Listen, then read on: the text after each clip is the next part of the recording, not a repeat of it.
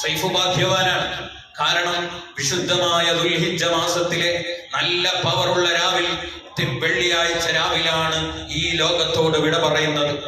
മാത്രമല്ല, സൈഫ് വിട പറയുന്നതിന്റെ മിനിറ്റുകൾക്ക് മുമ്പ് സുന്നത്ത് ജമാഅത്തിന്റെ പ്രാസ്ഥാനിക ക്യാബിനറ്റ് മീറ്റിംഗിൽ പങ്കെടുത്ത് അവിടുത്തെ സാന്നിധ്യം അറിയിച്ചിട്ടാണ് സൈഫ് വിട പറയുന്നത്. അതുതന്നെ ഒരു പ്രതീക്ഷയാണ്. മഹാനായ ഇമാമുന ഗസ്സാലി റഹിമഹുല്ലാഹ് തങ്ങൾ പഠിപ്പിക്കുന്നുണ്ട്, ഒരു മനുഷ്യന്റെ 1,00,000 തെറ്റുകൾക്ക് പരിഹാരമായി ഒരു നല്ല മജ്ലിസ് മതിയെന്ന്. അങ്ങനെയെങ്ങാനും ആ സദസ്സ് സ്വീകരിക്കുകയാണെങ്കിൽ തന്നെ സൈഫ് ഭാഗ്യവാനാണ്. അവന്റെ ഖബറിലേക്ക്, അവന്റെ പാരത്രിക ജീവിതത്തിന്റെ വിജയത്തിനു വേണ്ടി ഓർത്തുവെക്കാൻ മാത്രം അത് ധാരാളമുണ്ട്.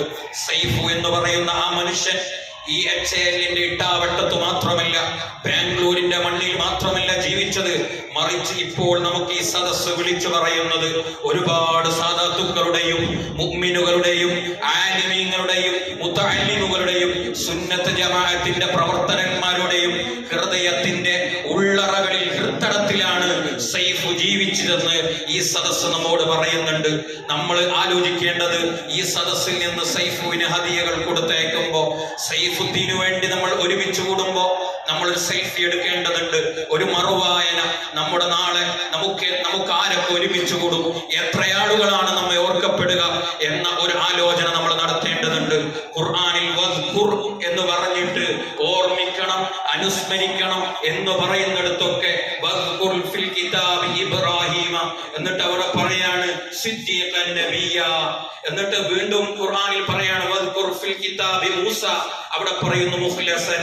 വദ്കുർ ഫിൽ കിതാബി ഇസ്മാഈല സാദിഖുൽ വഅദി വദ്കുർ അബ്ദനാ അയ്യൂബ സ്വാബിറൻ വദ്കുർ അബ്ദനാ ദാവൂദ അവ്വാബൻ. ഇങ്ങനെ ഓരോ നബിമാരെ കുറിച്ച് പറയുമ്പോൾ ഓരോ സ്പെഷ്യൽ ക്വാളിഫിക്കേഷനുകൾ, അവരുടെ സ്വഭാവങ്ങൾ എടുത്തു പറയുന്നുണ്ട്. മറ്റ് കഴിവുകളോ മറ്റ് സ്വഭാവ ഗുണങ്ങളോ അവരുടെ ജീവിതങ്ങളിൽ ഇല്ലാഞ്ഞിട്ടല്ല, മറിച്ച് എടുത്തു പറയാൻ പറ്റിയ, ഹൈലൈറ്റ് ചെയ്യാൻ പറ്റിയ നല്ല ഗുണങ്ങൾ അവരുടെ ജീവിതത്തിൽ അവർ ചേർത്തു വെച്ചിട്ടുണ്ടെന്നാണ് ഖുർആനിൽ അനുസ്മരണ ഇടങ്ങളിലൊക്കെ നമ്മോട് വിളിച്ചു പറയുന്നത്. പ്രിയപ്പെട്ട മുഅ്മിനെ, നമ്മളും വായിച്ചെടുക്കേണ്ടത്, നമുക്ക് എന്തെങ്കിലും പറയാൻ പറ്റിയ, എന്തെങ്കിലും ഒരു ഹൈലൈറ്റ് ചെയ്യാൻ പറ്റിയ ഒരു ക്വാളിറ്റി, ഒരു നല്ല ശൈലി, ഒരു നല്ല ജീവിത രീതി നമ്മളിൽ ഉണ്ടാക്കിയെടുക്കണം. നാളെ നമ്മളും മരിച്ചു കഴിഞ്ഞാൽ നമ്മളെ കുറിച്ച് ഒരുപാട് ആലിമീങ്ങൾ പറയണം, ഒരുപാട് സാദാത്യങ്ങൾ പറയണം, മുഅ്മിനീങ്ങൾ നല്ല നാവ് കൊണ്ട് പറയണം. അവൻ സുന്നത്ത് ജമാഅത്തിന്റെ പ്രവർത്തനങ്ങളിൽ കർമ്മനിരതനായിരുന്നു. അവൻ സുന്നത്ത് ജമാഅത്തിന്റെ പ്രവർത്തനങ്ങളിൽ എവിടെയും എത്തിയിരുന്നു. വെള്ളിയാഴ്ചകളിൽ അവന്റെ സാന്നിധ്യം നേരത്തെ ഉണ്ടായിരുന്നു, അല്ലെങ്കിൽ സ്വാതന്ത്ര്യ പ്രവർത്തനങ്ങളിൽ അവൻ സജീവമാണ്. അങ്ങനെ എന്തെങ്കിലും ഒരു നല്ല ഗുണം പ്രിയപ്പെട്ട മുഅ്മിനെ നമ്മുടെ ജീവിതത്തിൽ ചേർത്തു വെക്കാനായിരിക്കണം ഈ സദസ്സ് നമ്മോട് ഓർമ്മപ്പെടുത്തേണ്ടത്. നമ്മൾ മനസ്സിലാക്കേണ്ടത്, നമ്മൾ മരിച്ചു കഴിഞ്ഞാൽ മുഅ്മിനുകൾ പറയുന്നതാണ്, മലക്കുകൾ മുഅ്മിനീങ്ങളുടെ വർത്തമാനം നോക്കിയിട്ടാണ് അവിടുന്ന് അങ്ങോട്ട് അവന്റെ ജീവിതത്തിന്റെ വിജയവും അവൻ സുഹദാക്കളുടെ ലിസ്റ്റിലാണോ അല്ല പരാജിതരുടെ ലിസ്റ്റിലാണോ എന്ന് നീ തീരുമാനിക്കുന്നത് തന്നെ മുഅ്മിനീങ്ങളുടെ വർത്തമാനം നോക്കിയിട്ടാണ്. മഹാനായ അനസ് തങ്ങൾ റിപ്പോർട്ട് ചെയ്യുന്ന ഹദീസിൽ കാണാൻ കഴിയും, ഒരു മയ്യത്തിന്റെ അരികിലൂടെ മുത്തുനബിയും സ്വഹാബത്തും നടന്നു പോകുന്നുണ്ട്. ആ മയ്യത്തിനെ കുറിച്ച് നല്ലത് പുകഴ്ത്തി പറഞ്ഞപ്പോ മുത്തുനബി സല്ലല്ലാഹു അലൈഹി വസല്ലം 3 തവണയാണ് പറഞ്ഞത് വജബത് വജബത് വജബത്, നിർബന്ധമായി പോയെന്ന്. പിന്നീട് ഒരു മയ്യത്തിന്റെ അരികിലൂടെ പോയപ്പോ ആ മയ്യത്തിനെ കുറിച്ച് ആ നാട്ടുകാരൊക്കെ പറഞ്ഞത് മോശമായിട്ടാണ് പറഞ്ഞത്. അപ്പോഴും മുത്തുനബി തങ്ങൾ പറഞ്ഞത് വജബത് വജബത് വജബത് എന്നാണ്.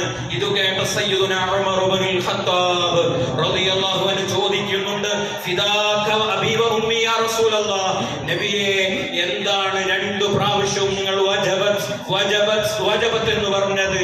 അപ്പോഴാണ് മുത്തുനബി തങ്ങൾ പ്രതികരിച്ചത്, ആ മനുഷ്യന്റെ ജീവിതത്തിലെ, ജീവിത പ്രവർത്തനങ്ങളിലെ, ജീവിത ഓട്ടങ്ങളിലെ സാക്ഷികൾ നിങ്ങളാണ്. അവർ ആദ്യത്തെ മയ്യത്തിനെ കുറിച്ച് നല്ലത് പറഞ്ഞപ്പോൾ അവനിക്ക് സ്വർഗം നിർബന്ധമായി പോയി. രണ്ടാമത്തെ മയ്യത്തിനെ കുറിച്ച് മോശമായി പറഞ്ഞപ്പോൾ അവനിക്ക് നരകം നിർബന്ധമായി പോയി.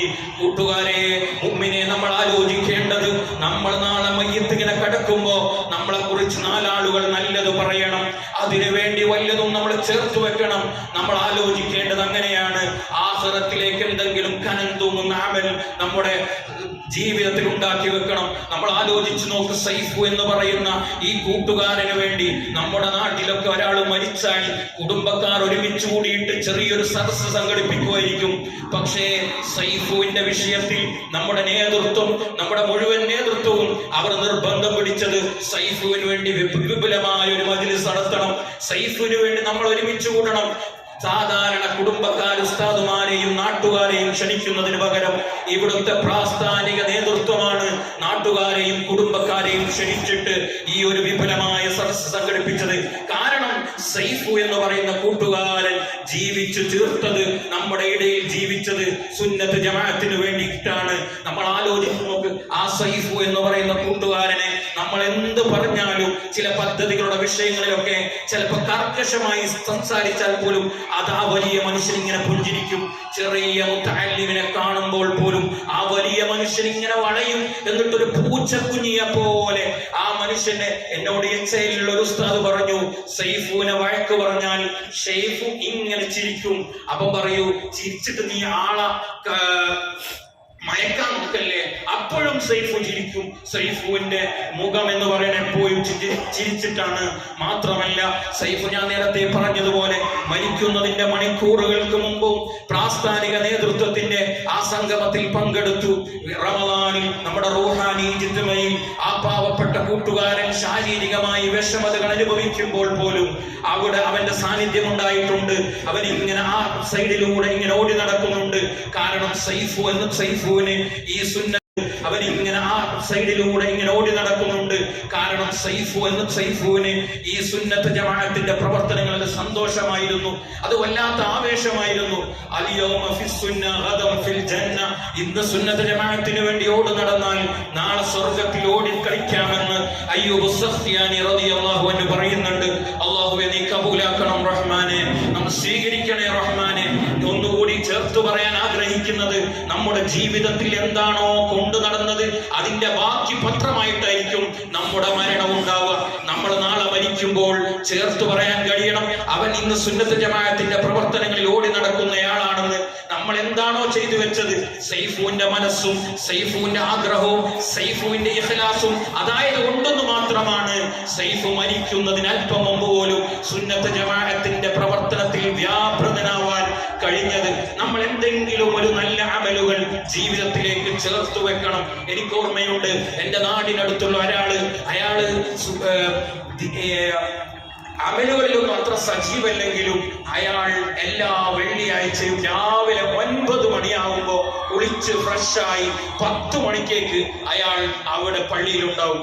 ആ വീട്ടുകാര് പറയാണ്, മറ്റുള്ള ദിവസമൊക്കെ ചിലപ്പോ പള്ളിയിൽ പോകുന്നൊക്കെ കുറവാണെങ്കിലും വെള്ളിയാഴ്ചയാകുമ്പോ രാവിലെ സുബി കഴിഞ്ഞാൽ പിന്നെ അയാൾക്ക് വേറൊരു പരിപാടിയില്ല, കുളിച്ച് നാസ്ത കഴിഞ്ഞ് ഉടനെ പള്ളിയിലേക്ക് പോകാറാണ്. ആ മനുഷ്യൻ മരിച്ചതും ഒരു റമദാനിലെ ഒറ്റയിട്ട രാവിലെ, വെള്ളിയാഴ്ച രാവിലെയാണ്. എന്നിട്ട് അയാൾ പള്ളിയിലേക്ക് പോകുന്ന ആ 10 മണി നേരത്ത് തന്നെയാണ് അയാളുടെ മയ്യിത്തും ആ ഖബർസ്ഥാനിയിലേക്ക് എത്തിയത്. കാരണം അയാൾ ജീവിതത്തിൽ കൊണ്ടു നടന്ന ചില നല്ല കാര്യങ്ങൾ ഇഖ്ലാസോടെ കൊണ്ടു നടന്നതിന്റെ ബാക്കി പത്രമായിട്ടാണ് നമ്മുടെ അവസാന നിമിഷം ഉണ്ടായിരിക്കുക. നമ്മളെപ്പോഴാണ് മരിക്കുക നമുക്കറിയില്ല. ചേർത്തു വെക്കണം നന്മകളെ, ദീനീ പ്രവർത്തനങ്ങളെ നമ്മുടെ കൂടെ കൂട്ടണം. നമ്മൾ ഉസ്താദുമാരും നേതൃത്വമൊക്കെ എന്തെങ്കിലും ദീനീ പ്രവർത്തനത്തിന് വിളിക്കുമ്പോൾ നമ്മൾ മനസ്സിലാക്കേണ്ടത് ആ ദീനീ പ്രവർത്തനം വിജയിച്ചു കിട്ടാനല്ല, മറിച്ച് നമ്മുടെ ആഖിറത്തിലെ വിജയത്തിന് വേണ്ടിയാണ്. അവിടെ മജ്‌ലിസ് നാം പങ്കെടുത്തിട്ടില്ലെങ്കിലും അവിടെ വിജയിക്കും. നമ്മൾ വിജയിക്കാൻ വേണ്ടിയാണ്. നമ്മുടെ ആഖിറത്തിലേക്ക് നാളെ നമുക്ക് വേണ്ടി ഒരാളെങ്കിലും ഒരു തഹ്ലീൽ, ഇവിടെ പങ്കെടുക്കാത്ത ഒരു കൂട്ടുകാരൻ പോലും നേരത്തെ ഗ്രൂപ്പിൽ വന്നിട്ട് പേഴ്സണലായിട്ട് വന്നിട്ട് പറഞ്ഞു, ഇത്ര തഹ്ലീൽ ചൊല്ലിയിട്ടുണ്ട്, മറ്റൊരാൾ പറഞ്ഞു ഇത്ര യാസീൻ ഓതിയിട്ടുണ്ട്, എനിക്ക് വരാൻ കഴിയില്ല. അങ്ങനെ പലരും അറിയാത്ത, എനിക്ക് ഓർമ്മയുണ്ട്, സൈഫ് മരിച്ചതിന്റെ പിറ്റേന്ന് എന്റെ നാട്ടിലെ ഖതീബ് ഉസ്താദ് മയ്യത്ത് നിസ്കരിക്കാൻ വേണ്ടി മിഹ്റാബിലേക്ക് നിന്നപ്പോ പറയുന്നുണ്ട്, ബാംഗ്ലൂരിലെ സൈഫ് എന്ന് പറയുന്ന ഒരു പ്രവർത്തകൻ മരിച്ചിട്ടുണ്ട്. ഇതൊരു എന്റെ നാട്ടിലെ മാത്രം കഥയല്ല. മുഅ്മിനുകളായ നമ്മുടെ സംഘ കുടുംബത്തിന്റെ ഏതെല്ലാം മുത്തുമുഅ്മിനീങ്ങൾ നാടിന്റെ നാനാ ദിക്കുകളിൽ, രാജ്യത്തിന്റെ ദിക്കുകളിലുണ്ടോ അവിടെ ബറക സൈഫു എന്ന് പറഞ്ഞിട്ട് ഒരു ഫാത്തിഹ ഓതിയാൽ മുത്തുമുഅ്മിനെ നമ്മുടെ ജീവിതം മുതലായി. അതുകൊണ്ട് ബാംഗ്ലൂരിൽ ജീവിക്കുന്ന കൂട്ടുകാരോട് മുഅ്മിനുകളോട് ഓർമ്മപ്പെടുത്താനുള്ളത്, നമ്മുടെ ജീവിതത്തിന്റെ ഭാഗമായി ദീനീ പ്രവർത്തനങ്ങളെ ചേർത്ത് വെക്കണം.